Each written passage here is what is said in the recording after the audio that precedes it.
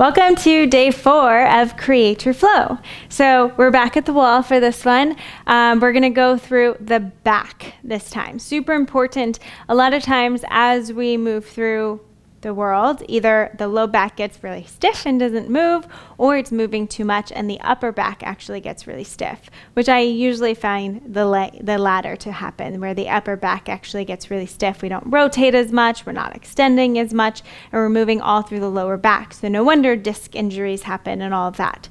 So we want to just become aware. What is happening in the back? So the first thing that I'm going to show you is just test overall back extension. Okay, so what you want to think about when you're coming into back extension, your feet are pretty much together. That is the first indicator of where your stability in your body is. Okay, can you stand with your feet together?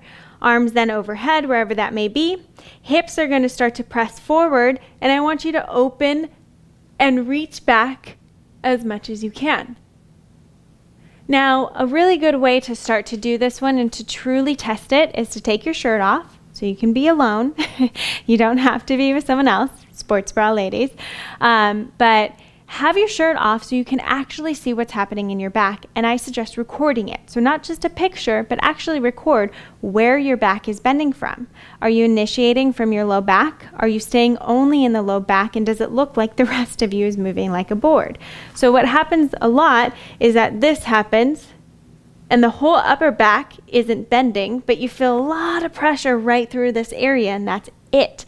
That's a really good indicator that you're not moving from the upper back and you're actually really stiff in the upper back, which we're going to address with one of the exercises. Okay. The other test that we're going to do is we're going to see how that upper back is actually rotating, because that is a super important one that I think a lot of people lose the ability to rotate. And when we lose the ability to rotate, we actually lose the ability to extend. So that might be why your squats look like this and they're going forward all the way, is because you actually can't get that upper back to extend or to rotate. And a lot of times if you start to get into this hunched position, it's not necessarily that we need to pull back, but it's that we need to rotate. Okay, rotation is where our body moves from, and it's how we walk even. So making sure that we have that rotation is super key, super important. So the next test that we're going to do is coming down onto the floor. So I'm going to face you here this way.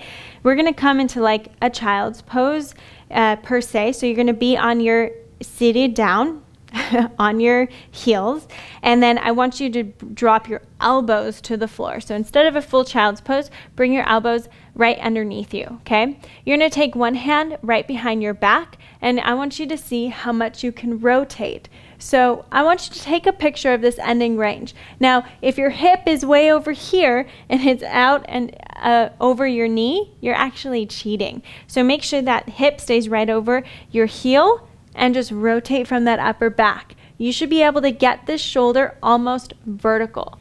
Okay, next one. Test the other side. Move the hair out of the way. Hand behind the back and rotate as much as you can up to the ceiling.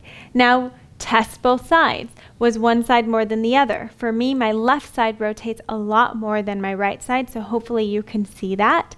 So for me, my right side would be a lot more limited. Now remember, I did see scoliosis in my spine when I got an x-ray, but it doesn't mean that I can't move, right? I still do crazy handstands, I still do crazy tricks, so scoliosis doesn't stop me. It's just an awareness. So of course, one side's going to be a little bit more restricted than the other side. Now, if that's you and you have one side more restricted than the other side, don't think I'm telling you have scoliosis, because I'm not diagnosing you. Okay, it's just something to be aware of and we get to move into. So for me, my exercise will be working on my right rotation, but for you, it might be extension. So for extension, we're going to come over to the wall. I want you about arm distance away from the wall. Here, I want your hips to stay directly over your heels, so you can bend in the knees if you need to. Arms up against the wall, and you're going to press into the wall as you drop your chest down and then come back up. Okay, press into the wall, bend the knees a little bit, keep the hips over the heels, and really extend from that upper back as much as you can. It should feel really good to really open up and extend into that upper back. Breathing into it and coming up. So you want to do about 10 of those, okay? next one, we're going to come down into what I call quadruped, so hands and knees here. And for the rotation, I want you to think of rotating underneath you and then rotating up to the ceiling. Rotating underneath you, rotating up into the ceiling, okay? Now, you can bring your hand behind your head. Sometimes that helps to increase that scapular awareness, so bringing underneath you and then bringing that hand back towards your ear and then coming underneath you, bringing that hand back toward the ear. Okay, so that is a really good one. You want to do about 10. So that's going to be your active extension, active rotation for both exercises, and something really good to go into. Now I'm going to start to put all what I just had together. I'm going to go through a little quicker, so you're not going to see all the reps, but I'm going to start with my chin.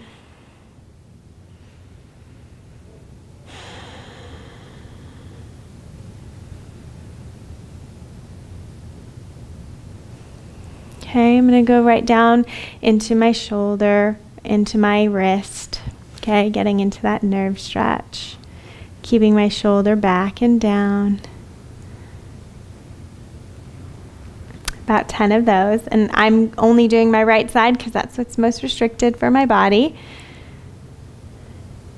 Okay, then I go right into my shoulder one, which is down here.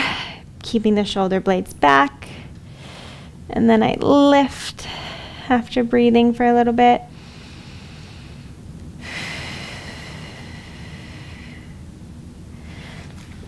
Okay, and then I need my right side opened up in rotation. So I'm going to do my right-sided quadruped rotation. And I would do about 10 of these. Okay, a really good one for the back is just to get into that breath. Again, breath is everything, and opening up along that rib cage is so important. So a really good one I like to do is just lying down on the ground, propping up onto your elbows, and just relaxing here. So what I want you to think about is taking a breath and expanding from your low rib cage, and then relaxing. Really thinking of that back relaxing, really thinking of the shoulders relaxing, and you're just trying to think of that rib cage as resting on the floor right now. And as you take a breath in, it's going to expand out to the sides. And as you relax, it comes back in a little closer. Okay, so really getting deep into this breath. This is actually really good too if you have some disc injuries. It helps to kind of get into that extension in a gentle way. If you can't yet get onto your elbows, it's okay to be down a little bit lower. I just like the elbows because it helps to picture where the rib cage is going and release that restriction. Sometimes even putting a pillow or a yoga mat rolled up underneath the rib cage actually helps to get into those restrictions a little bit. So you can always, I'm going to show you really quickly before we end here, you can always roll one part of the mat up. Stick that rib cage over it and breathe into it.